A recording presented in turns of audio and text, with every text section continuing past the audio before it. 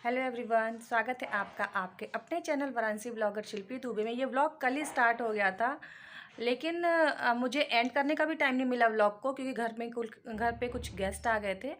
और स्टार्ट मैं जैसे चाहती हूँ कि जैसे आपका वेलकम करती हूँ उस तरीके से स्टार्ट नहीं हुआ था। तो कैसे हैं आप लोग बताइएगा। यहाँ हमारे यहाँ मौसम काफ़ी अच्छा है, धूप हो रही है। और आज जो मैं ब्लॉग स्टार्ट कर रही हूँ, ये क्रिसमस का दिन है, मतलब 25 दिसंबर है। इसके आगे जो भी आपको क्लिप मिलेगी वो 24 दिसंबर की मिलेगी। तो ब्लॉग को चलिए स्टार्ट करते हैं। सुबह 6 बजे का टाइम है और आज ब्रेकफास्ट के लिए सब्जी अंश बना रहा है।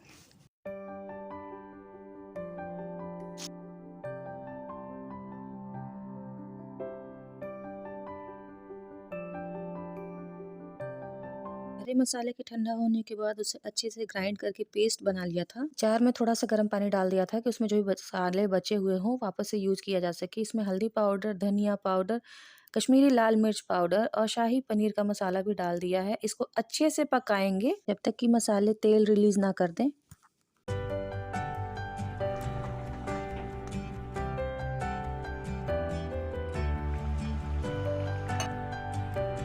मलाई डालने के बाद थोड़ी देर इसे पकाया था और ये सब्जी बस रेडी हो चुकी है। जितनी ज़्यादा ये सब्जी देखने में टेस्टी लग रही है, उससे भी ज़्यादा खाने में टेस्टी थी ये सब्जी। अमेज़न से जो चॉपर मंगाया था ये वाला आ गया है। थोड़ी देर इसे सैनिटाइज करके मैंने रख दिया था, फिर अंश ने खोला था स्कूल से आने के बाद इसे। अरे वाह, 4 प्लेट है, ब्लेड है, 4 ब्लेड है। और इसमें ये है,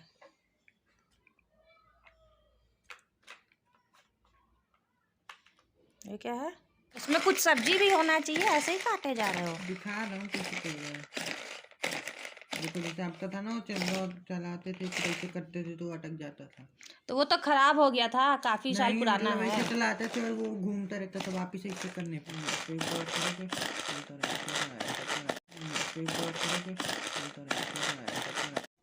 ये देखिए मेरे पागल बेटे को, ये लिखने के लिए 10 रुपया दिया है अमेजोन वाले को, अमेजोन कंपनी को।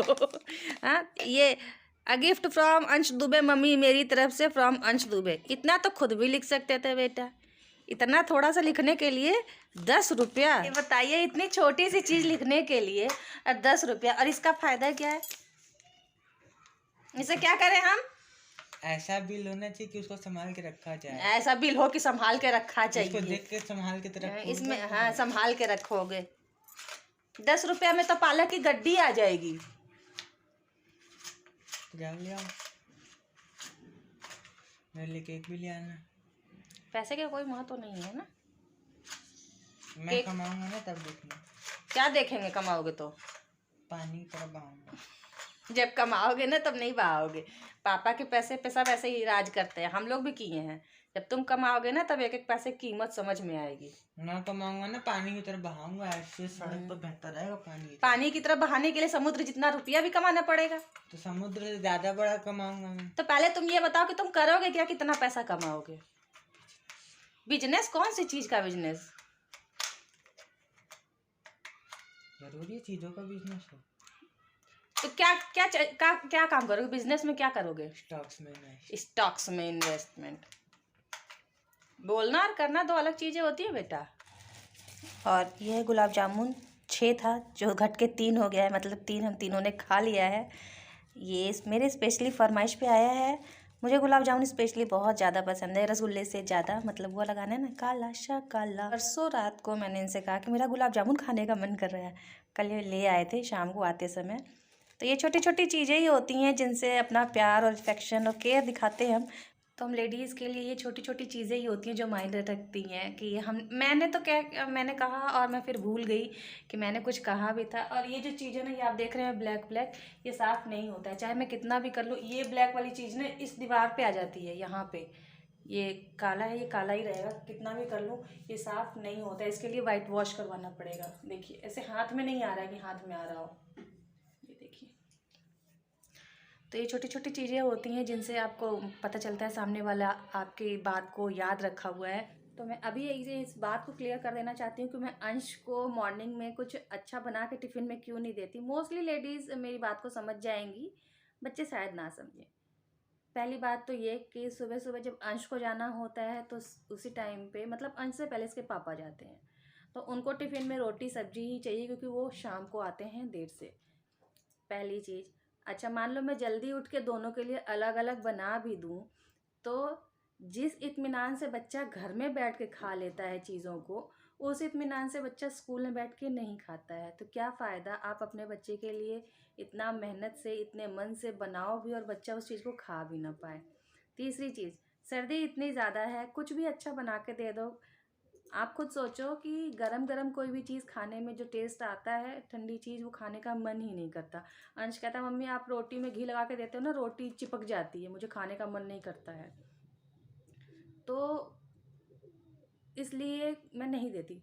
और कहीं न कहीं मेरी मम्मी कहा करती थी कि अगर आप बच्चे को टिफ़िन में डेली अच्छा-अच्छा खाना दोगे, उनका कुछ अपना अलग ही थिंकिंग होगा। तो उनका कहना था कि बच्चे क्या होते हैं ना, टिफ़िन पे ज़्यादा ध्यान होता है, पढ़ाई पे ध्यान नहीं होता है।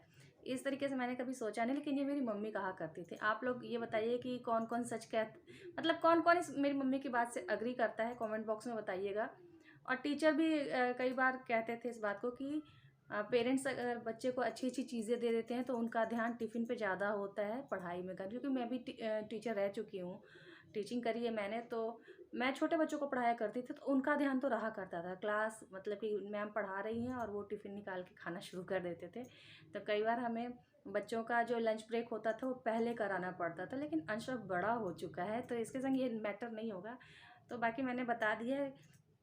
दूसरी चीज़ ये है कि अगर मैं ही बना रही हूँ खाना, शाम को बनाओ, सुबह सुबह को बनाओ, खाना अंश को ही है। बस अंश अगर मन से नहीं खाएगा तो उस बनाने का कोई मतलब नहीं होगा। इसी वजह से मैं टिफ़िन में कुछ इसको ऐसा देती नहीं हूँ कि ये ले जाए, उसको अच्छे से खाए ही ना इत्मीनान से। आप सब बच्चों को जब भी मन करे आप हमारे घर आ सकते हैं। आप जो कहेंगे मैं बना के खिला दूँगी आपको। तो चलिए फिर मिलते हैं आपसे नेक्स्ट वीडियो में, तब तक के लिए टेक केयर एंड सभी बच्चों को मेरा ढेर सारा प्यार। Bye bye.